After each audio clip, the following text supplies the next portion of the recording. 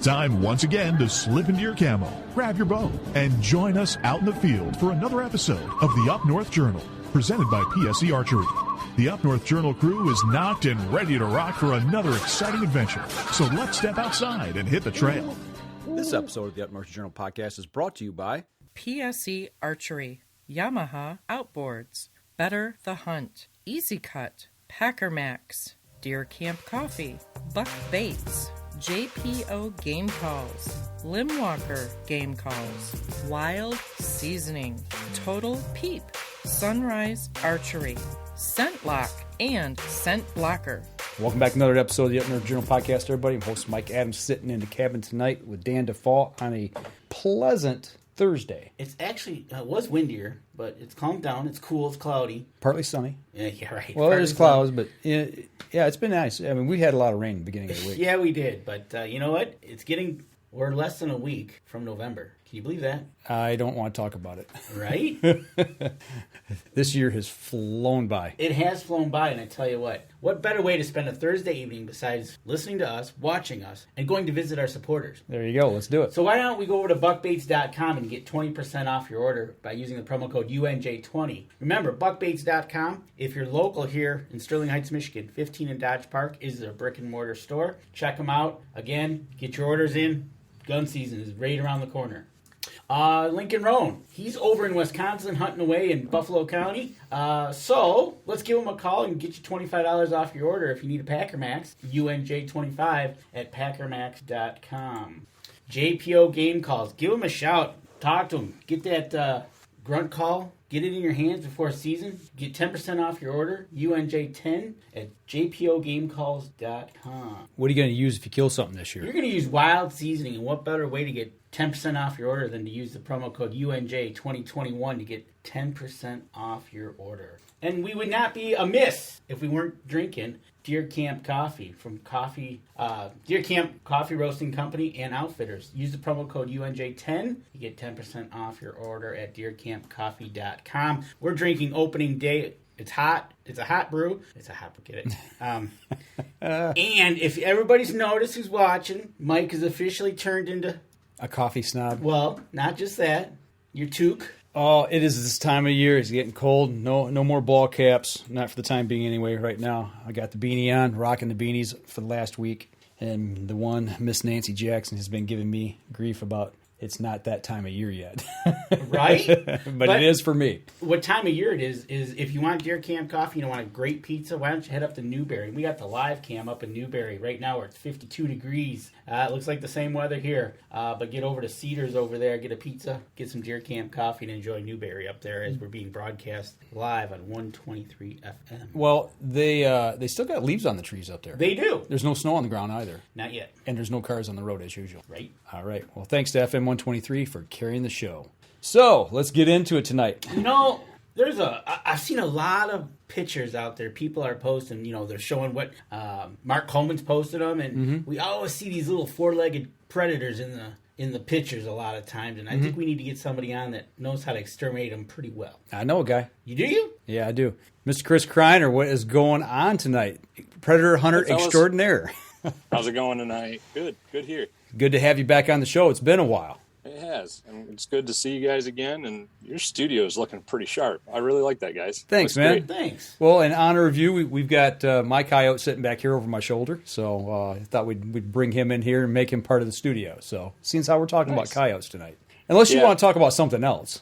Well, let's start with Coyotes, because, obviously Coyotes are my passion. I absolutely love them.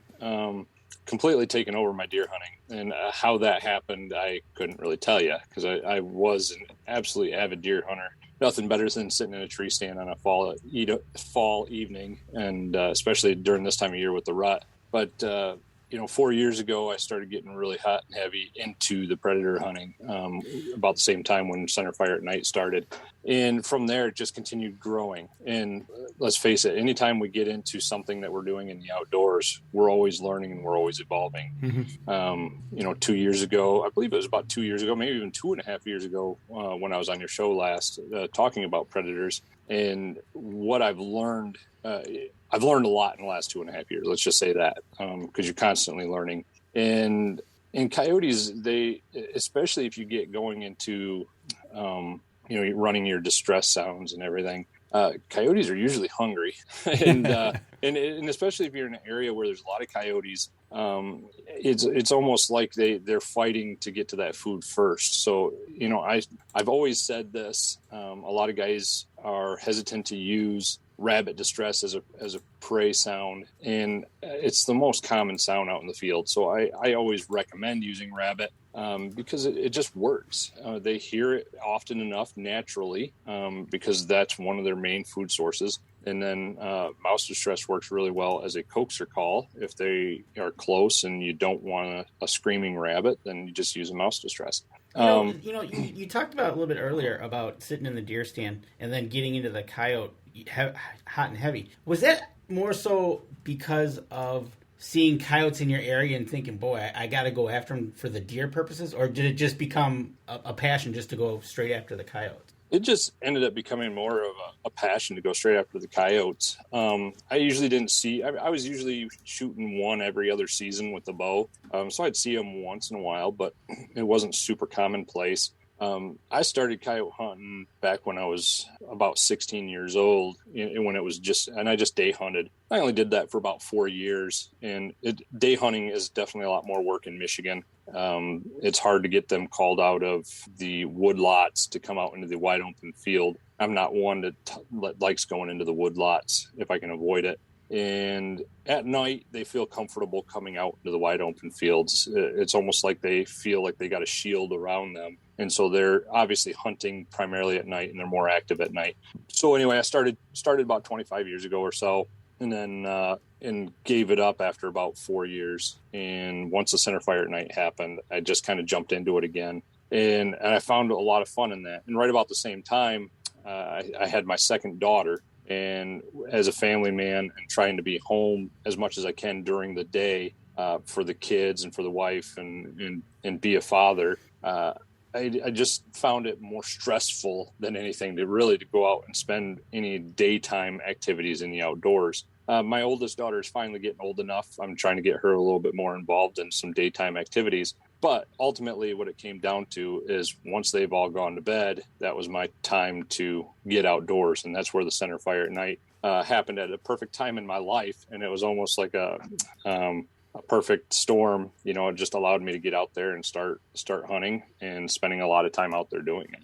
The center fire at night, when that came into play, you think that was the big catalyst or the game changer across the state here for people? Because it just seems like there's a lot more people doing this now. It was. And there's so many people getting involved into it now. And you still see some people that are stepping away from it too. It's a seasonal thing. A lot of guys start buying up equipment about this time of year, especially once deer season wraps up and guys start ramping up and getting into the field. And then usually by, the first part of March, you start seeing a fire sale online of guys selling equipment because they don't need it anymore. But as a general rule, though, it is a booming sport.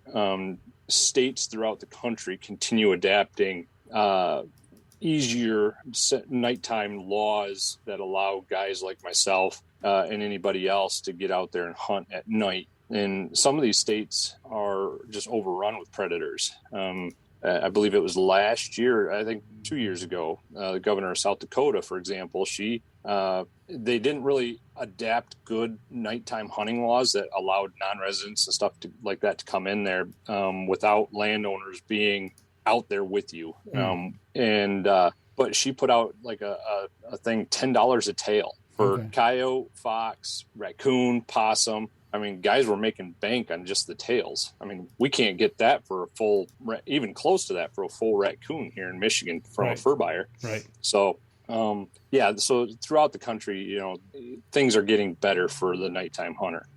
And that's the thing. And with that, coming along with that, are you seeing, are you getting visits more so from your local DNR officer because you've been called because you're roaming around at night trying to do what you want to do more so? Or is people starting to get the understanding where you're at? So as a general rule, when I was running lights, we would get calls quite often. Where our neighbors would call, the local authorities and say, hey, there's red lights out in the field. What are they doing? And of course, they need to, check up on you. And so we'd be visited mostly by local sheriff deputies, would visit us out in the fields, occasionally state troopers.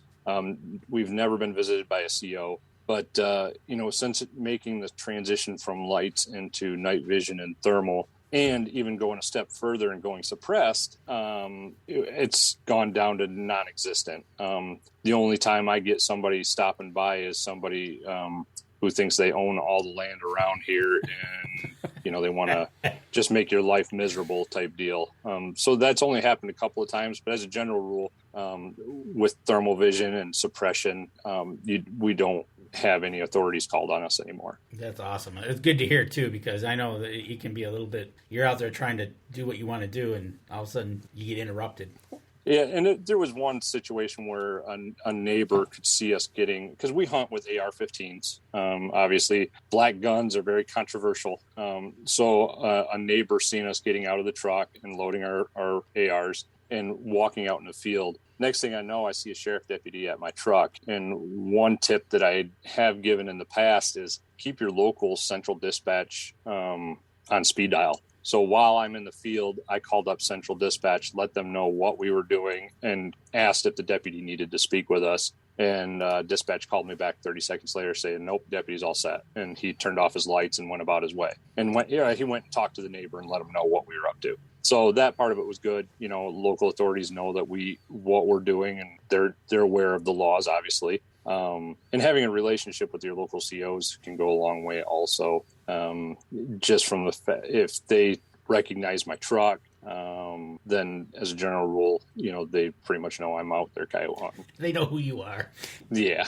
Well, at this point, they know who I am. We got a picture up now of your setup. You got your AR, you got the scope on top, and it's sitting on a tripod. I think this is actually out in Nebraska, but Okay. you can see the suppressor on the front. How is that made a game changer for you in the field? Is when they started allowing those for hunting as well.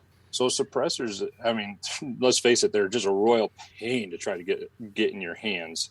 Form 1 suppressor, where you file with Form 1, usually you can get the paperwork back from the government about 30 days is generally the rule of thumb. But it's still a $200 fee, and then you still have $300 to $400 into the parts to build your own suppressor. The suppressor on my rifle is the Silencer Co. Harvester 300, which is a manufactured suppressor, so those are a little more expensive, and then you still have to file for the tax stamp, which is, again, $200. And usually for a Form 4 tax stamp, you're waiting anywhere from 9 to 12 months to get that back. So it's a painstaking process. You have to have a lot of patience. But what it's done is it's not disturbing to the locals. They don't hear a loud rifle shot in the middle of the night. It sounds, I would put it close to slightly louder than a 22, but it's pretty quiet, with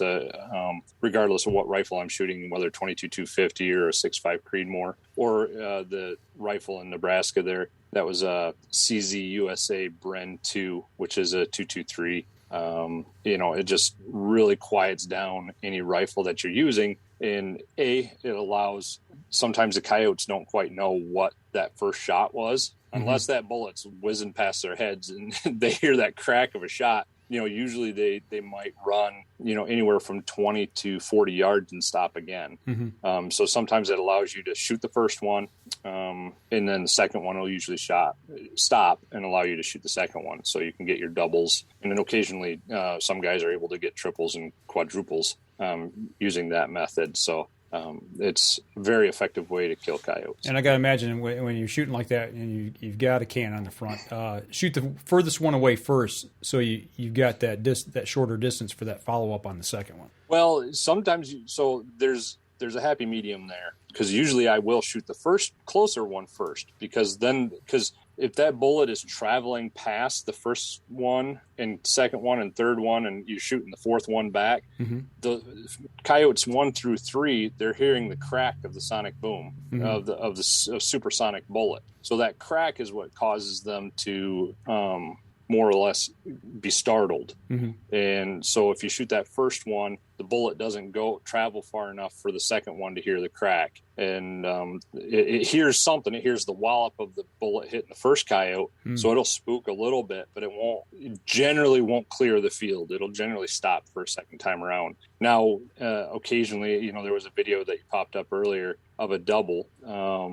So a buddy of mine took a shot at the one coyote, and he did miss. And I followed up, and so learning how to lead for your follow-up shots is something that does take some time. And I'll be the first to admit I'm not always a great shot, but a blind squirrel found a couple of nuts that night when I dropped both of them coyotes on the run like that.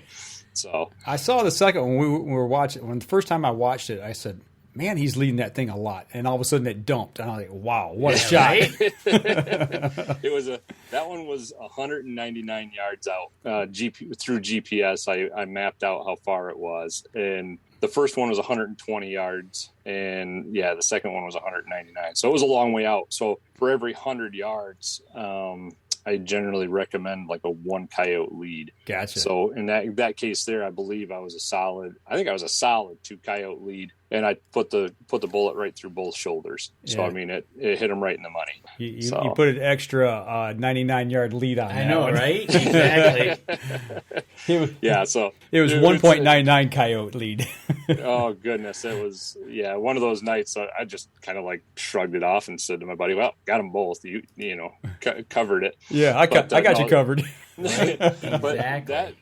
that's one of those sections that we started hunting harder this year because he lives in that section and he was seeing coyotes on the regular. And we've taken 7 coyotes out of that section this year, and he's still hearing more behind his place. Wow. So he actually called one in a weekend and a half ago, and didn't end up getting a shot at it. But there's just amazing amount of coyotes in certain sections that we continue to try to clean up. That is so well. That's the predator in them, right? So, but we're coming up on our first break. Why don't we step out, and when we come back, we'll continue talking you. We'll be right back after this.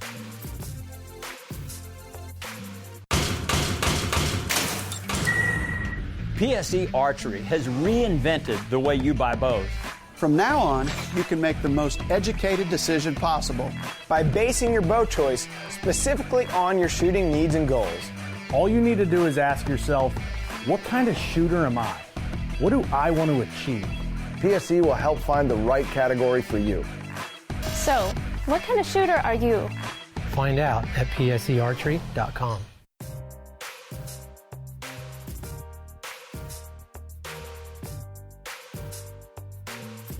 Welcome back. Second segment of the show. Talked about suppressor. We talked a little bit about calls, setting up at night, the center fire rule at night. You recently went on a hunt out to Nebraska. Now, I mean, I know you're hunting fields here on edge of woodlots and things, but out there, from what I remember, the few times I've been in Nebraska, there's not a lot of woodlots out there. To me, the pictures, it looks like big, huge rolling hills.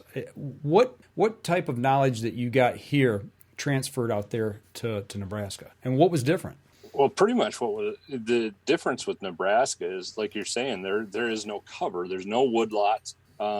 We were literally driving my truck through all these hills. But what you don't realize by looking at the photos is those hills have little divots in them and little crevices all over the place. I mean, a lot of those divots were enough to hide my truck in and allow us to walk over the next ridge and try to call coyotes. And similar to, just using prey calls here, rabbit distress. But one of the things I noticed in Nebraska is there are so many more coyotes that it was a race to the dinner bell. Literally, like as soon as you started playing at rabbit distress, if there was a coyote anywhere in the area, they were coming in full steam ahead. The very first set of the trip, we had a coyote pop over the ridge at like 20 yards from us, run down to the collar. And I was holding onto the still camera during those shots instead of a rifle. And it came through so fast. The one guy I was out there with from Athlon Outdoors, he ended up getting a quick shot at it, but hit behind it, just at his back feet.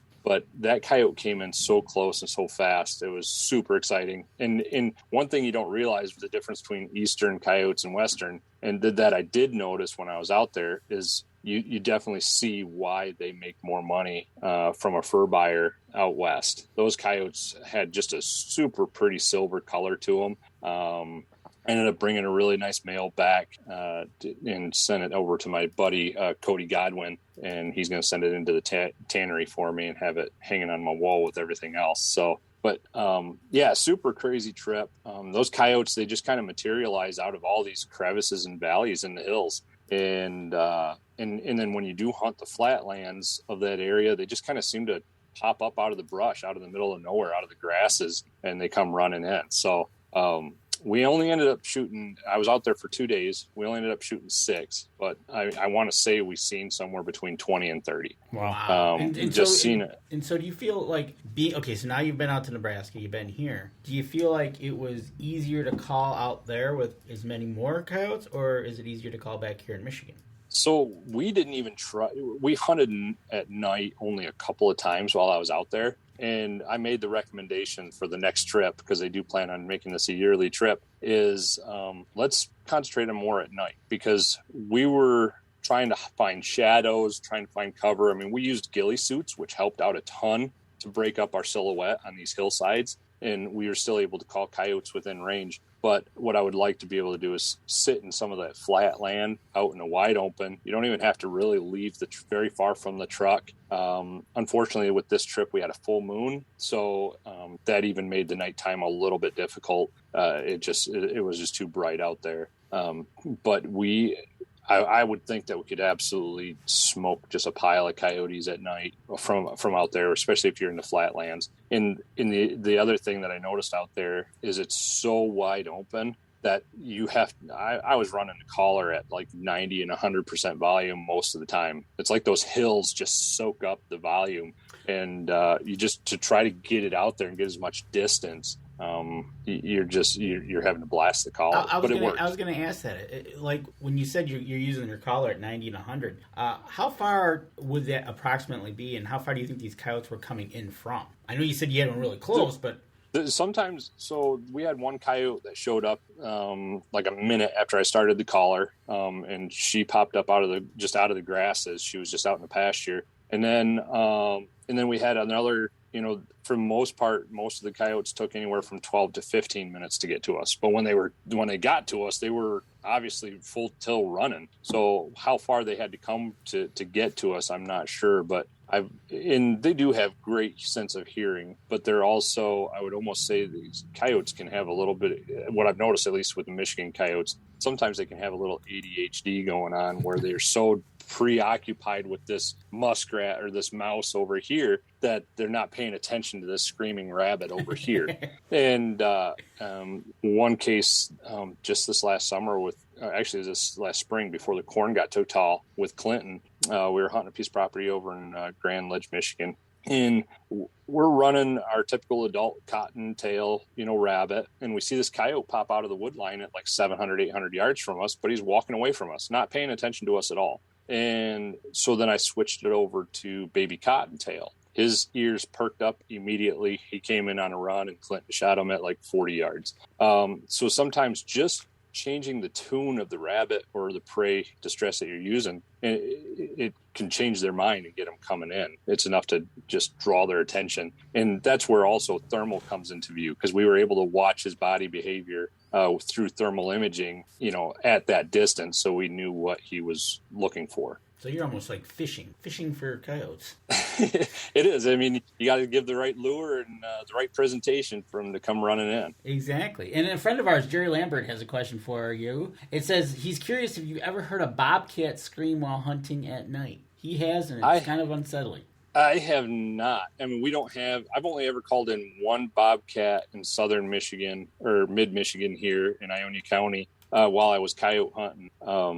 And other than that, I have not heard it at night. I don't do a lot of night hunting up north, but I imagine the guys up north probably hear it quite often. Actually, something that did happen this last year, since the last time I talked with you guys, is I finally was able to call in my first bobcat for the 2021 Bobcat season, which was January 1st last winter. And I think it was on the 1st. I went up there with my boss, and him and I had the plan of calling a Bobcat. And this was our second year doing it. And so our first trip up there, I think it was about 2:00 in the afternoon, finally called in a Bobcat. I seen it coming across the swamp. I was trained on it, and it got behind some trees, and my boss saw it standing there behind the trees. So he swung around and took the shot. Which it was kind of a little bit of a joke, because he sat there looking at me like all freaked out, like he wasn't supposed to shoot. And it's like, dude, this is the game that when you get a shot, you don't hesitate, just take it. Whether it's coyotes, bobcat, whatever, and especially bobcat, because it's not an animal that that was my first bobcat I'd ever seen in the wild even.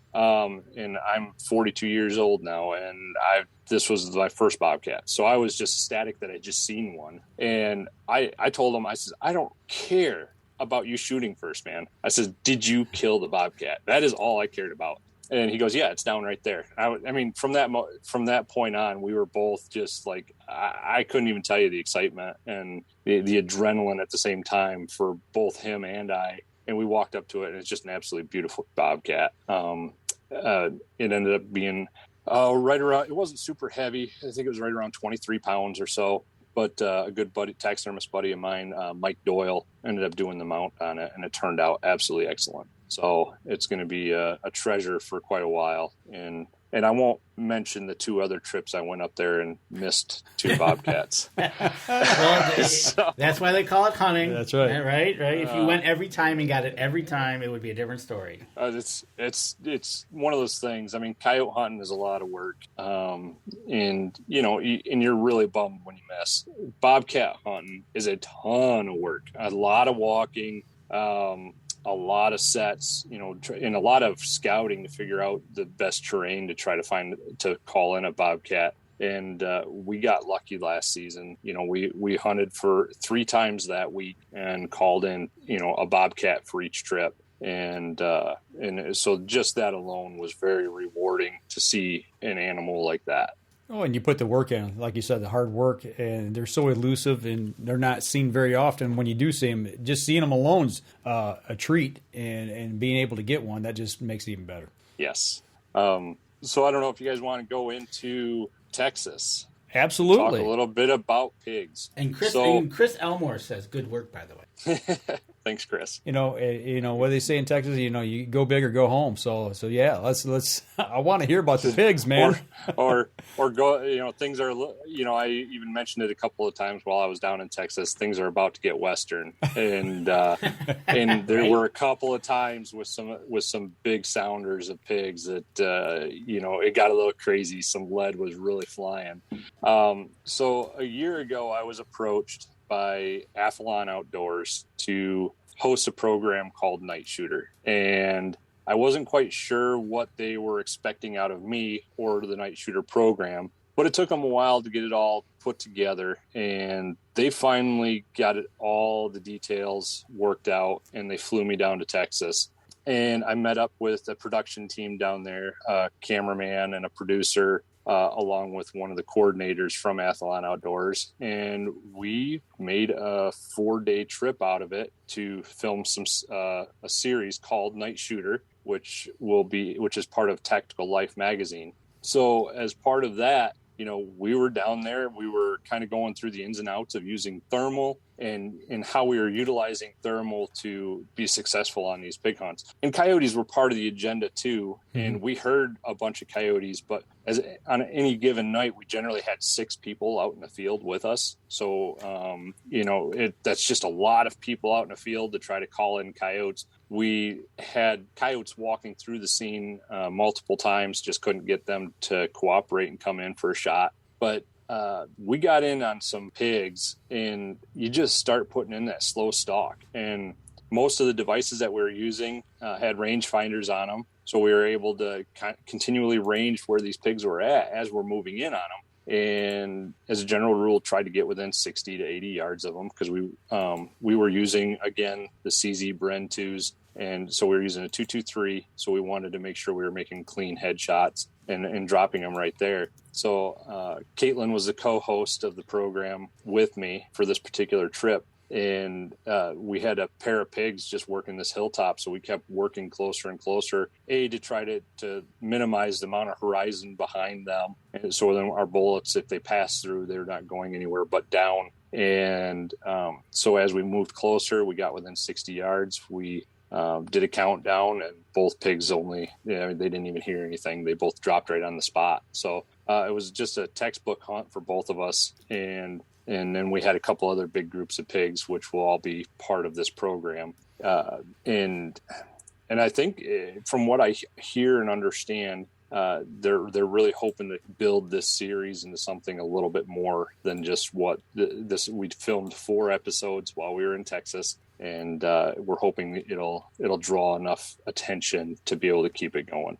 Well, we're sitting here. We were watching the video. Danny, re-rack that video and pop it full screen there. Go ahead. There you go. And yeah, they're just out there chewing away, and you guys put the smack on them. It's crazy on how they just were going to town in these hay fields, and then when you could see what part the biggest problem with pigs in Texas or anywhere in the country is the amount of damage they do in these fields. Yeah, when they get to rooting, man, they can dig some trenches. So, and we had a couple groups of pigs where there was 20 or 30 pigs in a group, and they were just going to town in these hay fields. So we definitely did our best to make short work and knock down the population a little bit. Now, when you shoot and the pigs go over, they both fall at the same time. Did you guys count 3, 2, 1, shoot? Yes. Okay. Yep.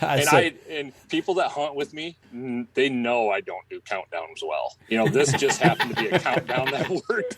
I'll be honest. I mean, I got an itchy trigger finger, so when I got those crosshairs on my target, I want it to go, and so I don't do countdowns well. I do better on, I just Clinton and I, we've hunted enough. Kyle Wilson and I have also hunted enough that, and even Keith Thalen is another good hunting buddy of mine.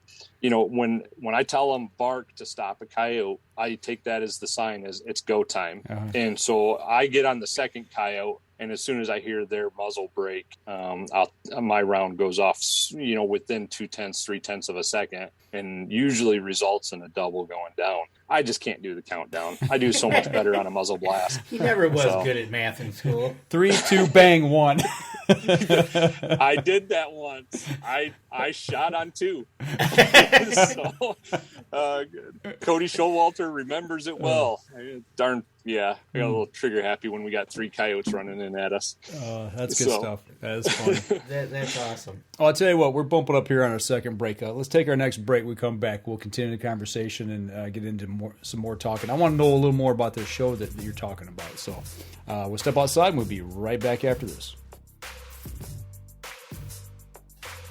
PSE Archery has always dominated the speed category. Now, the most revolutionary cam system ever to hit the market has perfected the shooting experience. Introducing PSE's Evolve Cam System, featuring extremely high let-off capabilities and the smoothest draw cycle in history. No other cam system has ever delivered this level of total comfort and total control. Experience PSE. Experience performance. Welcome back. Third segment of the show. I got a couple questions. Questions. First one from Jerry Lambert again. Do you have any interest in using a predator call on a bear hunt? I've seen some videos of guys doing that, and I honestly don't know how effective it is. I mean, bear are a predator just like anything else. I think they prefer their donuts more than they do a screaming rabbit, but I would imagine it can be pretty effective, especially in a high population, bear population and if food is scarce. I think it would work out well. Do you think now would that determine whether, like, if you were doing a spring bear hunt where they're just coming out looking for food, or is that like a more of a fall bear hunt where they're like just packing it on? What do you think would maybe be better? I would think spring would be better. You got fawns dropping, and I think fawns would be probably pretty high up on their prey list. Yeah, we see them prowling our fields, especially up at our place where we have like a second and third rut, and you've got that late drop. They're constantly, cruising the grass fields where they hide their fawns. So we see it quite often. I imagine a fawn bleat would probably work pretty good. Yeah, and that's Bobby Hamilton's another taxidermist. He did a bear mount for the Michigan Taxidermy Association competition. Gosh, I want to say that was like 10 years ago, maybe even 11 years ago over in Grand Rapids at DeVos Place, where he had a full body mount bear with a fawn in its mouth. Wow. So it was a really sweet mount, but it also goes to show that, that's probably a very common prey for bear. It's I think they're the number one predator personally. But another question, how many years have you been in photography? Well, the photography kind of started about 2011, 2012 for me. I was just dabbling in it, in learning, watching YouTube and learning how to properly set up a camera. I didn't get into it really big and professionally until about 4 years ago. So you took a lot of practice and then said, we're going for it, right? Yeah, exactly. That's what it was. Start learning. Well, the biggest thing for me was learning lighting techniques, learning where to put the light and how much light and to really lighten up the scene, especially, obviously most of my stuff is nighttime photography and knowing when and where to put the light is huge. Like we talked about, plus your equipment, right? So you graduated your equipment, you learned from other people who had the same equipment, what you were looking for in a picture because they did it. It was just a progression of learning. Yep, that's all part of it, and let's face it, equipment's not cheap. You can, I think a lot of people, what they want to do is they want to jump into the high-end expensive equipment. In all honesty, you can get some of my buddies that are photographers also, the camera that I did used to use, they were like, how are you getting that camera to do that? And it's a matter of just, like I said, lighting techniques and then giving, the right depth to the photo. And even with a low-end camera, you can do a lot of stuff with it.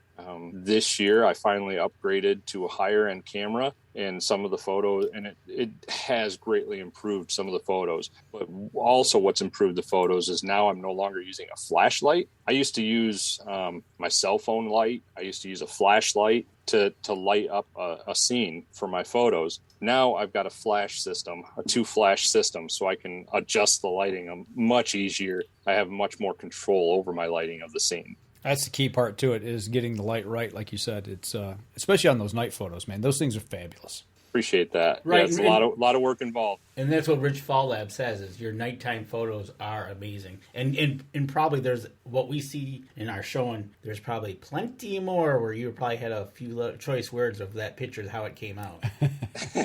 Well, I mean, similar to what you guys, your new studio there, you got some lights in your studio and you try to minimize the amount of shadowing in the backdrops and stuff like that. So it's all about your lighting angles and trying to, create the best lighting scenario. I'm very thankful for a majority of the guys that I do hunt with. They're very patient because, I mean, we easily give up at least one coyote set to be able to do these photos at the end of the night. I mean, it takes roughly half an hour to 45 minutes to really dress up a scene and make the photos look sharp.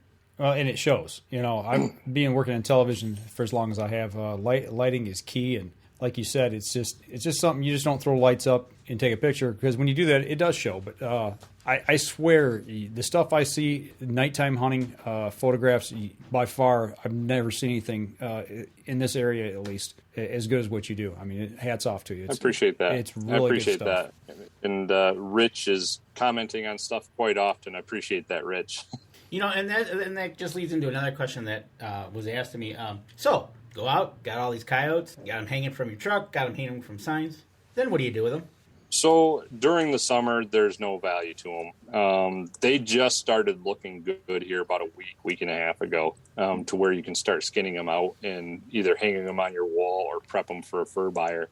The problem is, obviously during the summer, we've got, our boneyards, so to speak, where we're just out there for population control and knocking out coyotes. During this time of year, though, you can skin them. You can, and the nice ones I do skin, so I can hang them on my wall. But as a general rule to a fur buyer, unless you got a really good coyote, you're only getting $25 for that coyote has kind of been the top dollar. And unfortunately, there's not a fur buyer anywhere close to where I'm at. Now, I do know some kids in the area who are trappers and just getting into the trapping and stuff like that. So usually if I get a coyote that's nice, I'll give them a call and say, hey, I got a coyote for you. They'll come over, they'll grab it, and they'll prep it, skin it, and stretch it, and they'll take it to the fur buyer when they go to market. That's great, man.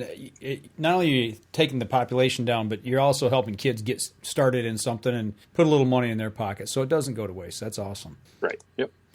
So with that being said, now another question from Rich is, so you shot coyotes? I think I know the answer to this. I know, right? You shot coyotes with a gun and you shot them with a camera. What do you prefer?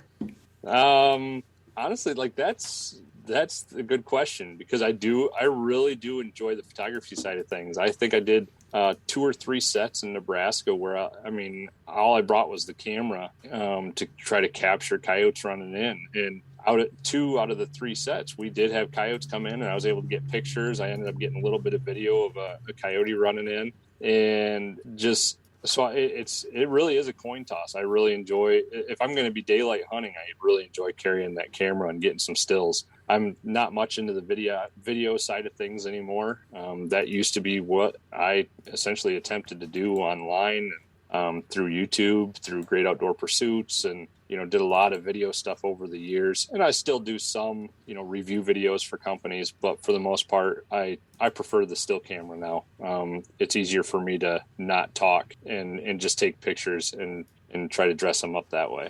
So he's starting to make that change. I am. He's evolved. I love.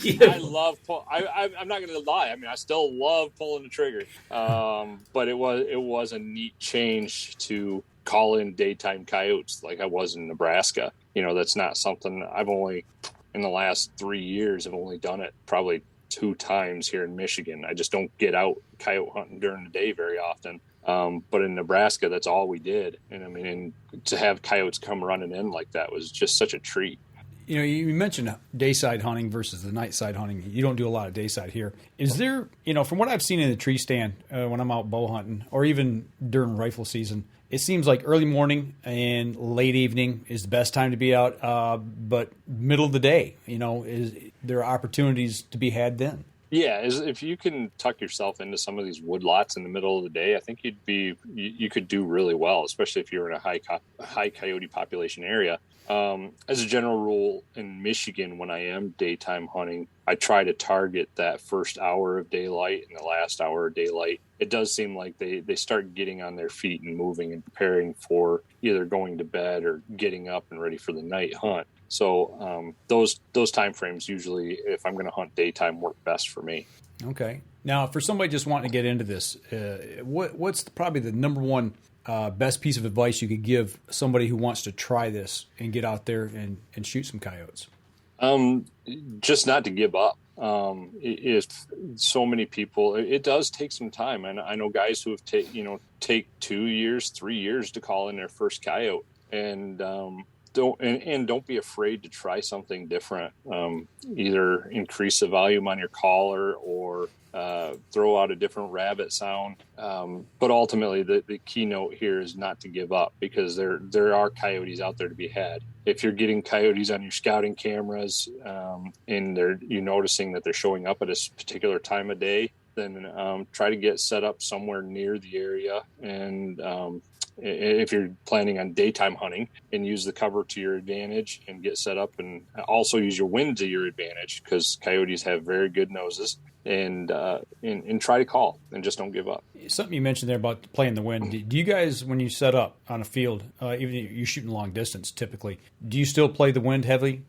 Yes, I know a lot of guys. Some guys don't play the wind as much as others. I'm still so skeptical about the wind. But in the same token, I've had coyotes come in from my downwind side where I'm like, how is this coyote not smelling me? I mean, the wind's blowing right in his nose. So whether they're so fixated on the collar that they're not paying attention to your smell, or maybe they're used to the smell from the house, that you're not too far from. Mm-hmm. I can't answer that question for you, but as a general rule, I don't like taking those chances because I have had more coyotes win me and take off than not. So I like to play the wind, and I like to set the collar, whether it's a crosswind.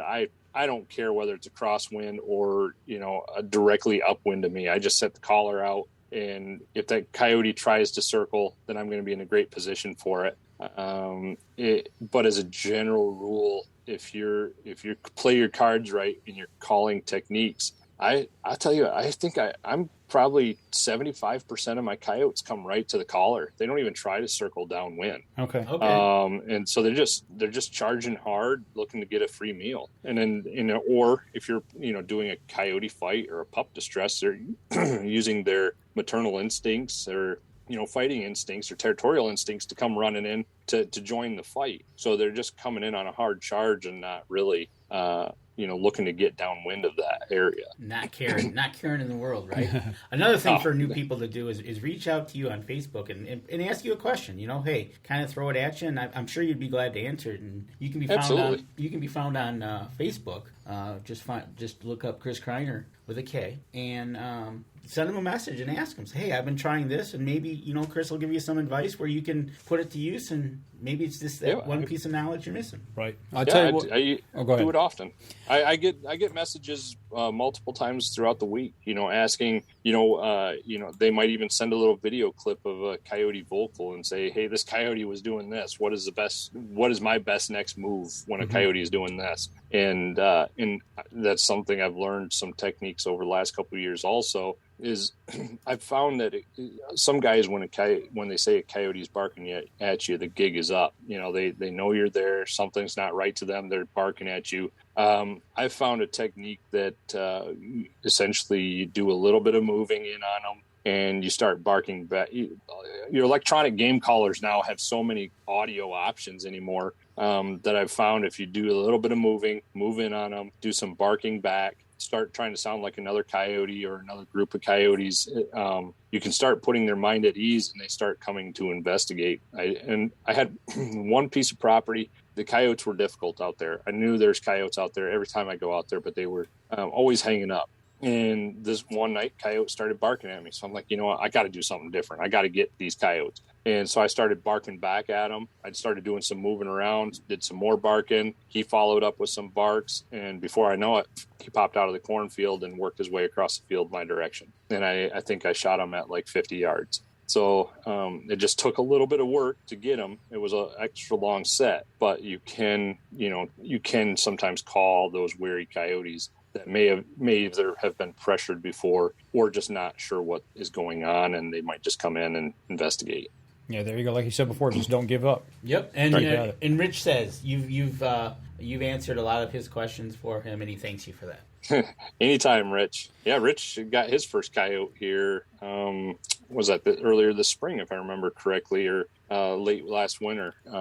He shot his first nighttime coyote. And it says it took him a couple years to call one in, and then it took another year to actually harvest one. So. Yeah, he's been at it for a long time, but you know what? He didn't give up. He's still out there, and he's still giving it a whirl. And actually, next Thursday, Kyle Wilson and I are doing a Coyote Predator 101 seminar at Not Just Guns in Mason. So we're gonna, get a few.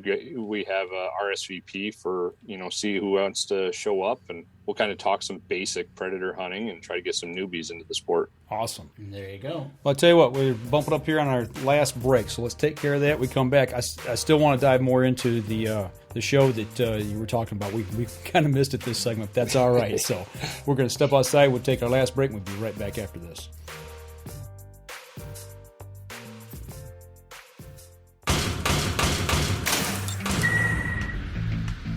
Acceleration is part of PSE's DNA. PSE pioneered the speed movement. Now they've developed the vapor category to help you find the most powerful bows on the market to fit you. High speed equates to intense power and building the momentum you need to be successful. Are you a vapor shooter?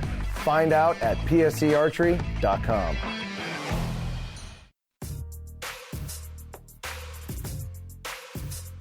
Welcome back. Last segment of the show.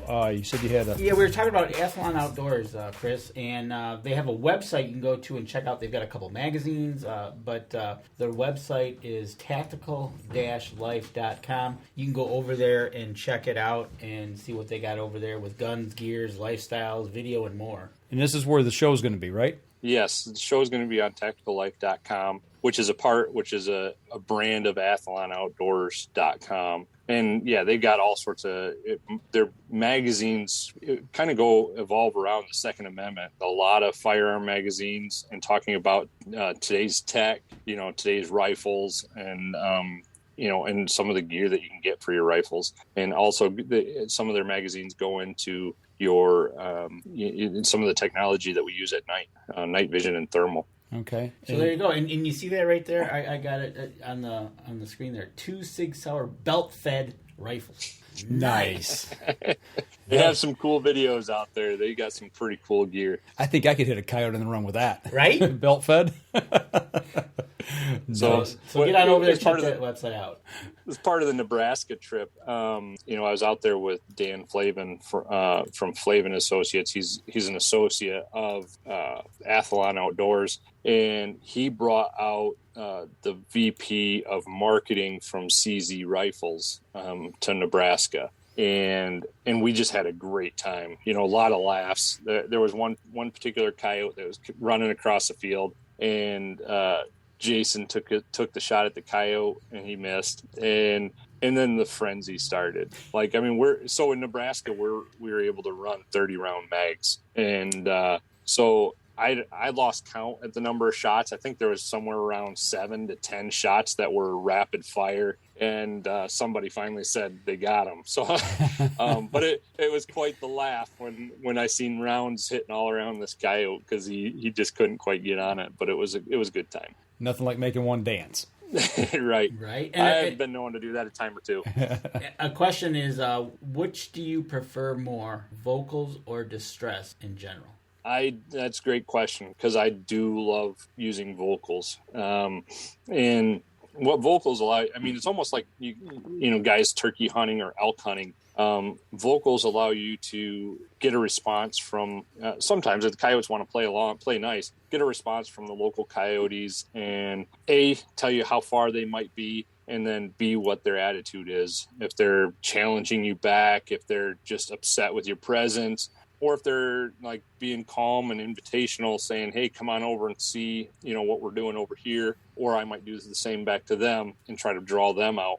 And I'll go back to Nebraska again. I was running vocals trying to figure out where some local coyotes were. We were hunting. This was a night hunt. And we had this coyote respond over the hill, over the next ridge. And it was just all upset. It was just in a frenzy. And so I kept quiet for a little bit. I was just running some mouse distress on low volume, hoping that it would maybe draw it in closer. And it got closer and, let off a very annoyed howl again and sharp barks and very pissed off, as you'd say. And so I told the guys, I'm like, she's coming. It's just a matter of time. Ends up popping up over the hill. They end up shooting her at right around 100 yards. And we walk up to it, and it was just a young, this year's coyote. It was just a young coyote. But I'll tell you what, in Mother Nature, that coyote was about ready to get its just tail handed to it, because you don't come into a coyote crowd with that type of attitude and not expect to get your hind end kicked. So she had all sorts of vinegar in her blood. So as they say, don't bring a knife to a gunfight. Yeah. She wasn't happy with our presence, but she would not have won that battle if there was a real adult coyote there. She wouldn't be doing so hot right now. They'd have found out what the pecking order was, so to speak. Absolutely. But that's one of those things that it's funny. You would have never thought that till you actually shot her and walked up and looked at her and went, "What?" I was dumbfounded. I even told the guys. They were all excited that we used vocals to call this coyote in, and it was being vocal back. And I was just like, I was sitting there and dumbfounded because this was such a young coyote to have this much attitude. So it was quite the neat hunt and another eye opener. Obviously, like I said at the very beginning of this, you're always learning and trying to adapt and understand your game species a little bit more, and that was a learning one for me. There you go. You're always learning, right? That's what it's Absolutely. all about. So, and Rich got his first day of COVID shutdown in March of 2020. Yeah. So, I'll go into that too. Obviously we attempted to have this show back a couple months ago, and unfortunately on my trip down to Texas, I want to blame that on the airport, but obviously we're, in the airport, you're supposed to be all masked up and everything, but I was exposed to COVID, and about day 3 of my trip in Texas, I just started getting sick, just body aches. And, I never had a fever, but just body aches and sweats. And it was already 97 degrees down there and hot. So I had just attributed it to more heat issues than COVID. And then the last day of the shoot was on a Friday. We did interviews and closing interviews and everything for the show. And by that evening, I told him, I said, I'm not going to be able to hunt. I'm not, something's not right. And so I got home that Saturday and just kept kind of declining, and got tested shortly after and tested positive for COVID. And it only took a couple of days before my wife came down with it. And I think it knocked me out for about 2.5 weeks. I never had any breathing issues, just, severe body, aches and just no energy whatsoever. So I was down for about 2.5 weeks, and unfortunately it ended up putting my wife in the hospital for a week. So, very guilty feeling comes over you when something like that happens, not sure what you have, and then, you expose it to your family. But thankfully, the kids, both my youngest daughter, so, which is weird about COVID, you hear about how contagious it is and everything. And it took 3.5 weeks before my 4-year-old came down with it. And she had it for about 6 days, where she just wasn't feeling well. She was just congested. But she did not have any breathing issues or anything like that. But like I said, my wife spent a week in the hospital, and she was not far off from needing a ventilator. It hit her really, really hard. I mean, she's only 40 years old. And it was a rough go of it for a week. And then, just as quickly as she declined, she came out of it, and they sent her home. When she first got into the hospital, they said that she would be in there for at least a couple of months. Wow. And then, here she is, released 5 days later. So huge relief comes over you when the news finally starts getting good. And then my oldest daughter, who's 6, she didn't come down with anything, no symptoms, no cough, congestion, nothing. She was fine. So yeah, it was a tough side effect of the Texas trip. And I definitely don't wish COVID on anybody. It was nasty. Obviously, we just, lost, somebody very, very good in the outdoor community. Absolutely. To COVID. Yeah. And, thoughts and prayers out to his family, because it is definitely not a good thing. But in the same token, I'm not one to agree with, and not to get political, but the mandates for the vaccinations. I may still choose right now. I'm still talking with my doctor on what's best for my future. I have not made that decision, and my wife has not made a decision either. But in the same token, we don't want to go through what we just went through again. But I do not agree with the government having the mandates forcing companies to require their employees to take this vaccine. Not again, like I said, not to get political. But, nope. That's everybody's got an opinion. Everybody should have a choice on what they are injecting into their body. That's what this country's founded upon, is having that choice. And I completely agree. Doesn't matter what side of the fence you're on. No, go ahead. That's just it, because, it definitely, having COVID changed my perspective on it a little bit, regarding the vaccine, because I was solely against it. But I did not anticipate that COVID would hit me or my family the way it did. I mean, my dad spent 2 weeks in the hospital, because of COVID. And So you start looking at the pluses and minuses of that, and you start looking at weighing out the vaccine, and there you go. And whether it's going to be a good choice for you. But you have to make that choice. Nobody should be making it for you. Absolutely. Agreed. I agree 100%. Speaking of choice, question is best time of night to hunt yote? Is it, they've heard that it's 3 a.m. to pre-dawn? What's your choice of when's the best time to hunt? Whenever you can get out there, honestly, yes. Like as soon as soon as that sun goes down and it gets dark enough. So I know I mentioned this during our podcast a couple of years ago, but I didn't mention it during this one. Is unless you have a full moon, you can stand in a wide open field. You don't need to be tucked into a fence row or anything like that.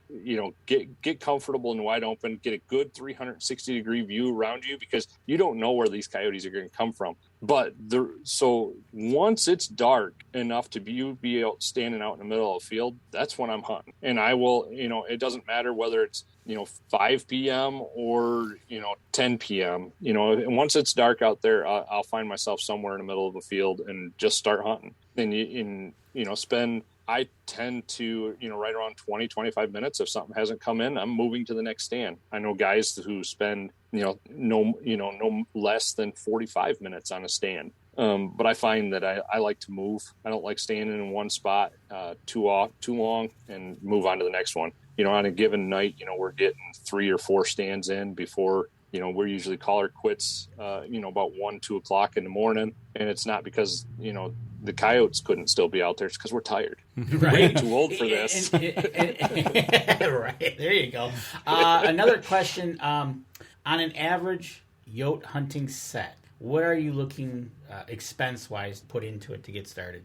So you can get into it pretty cheap. You can start with lights. When I started using lights, the problem is the coyotes did start showing a little bit of shyness to the lights, and not to mention you're not seeing everything. So for a couple $100, you can get a light kit that'll mount right to your rifle scope, and then you could spend another $150 to $200 on an electronic collar, or you can go even cheaper yet and learn how to use mouth calls and still be effective.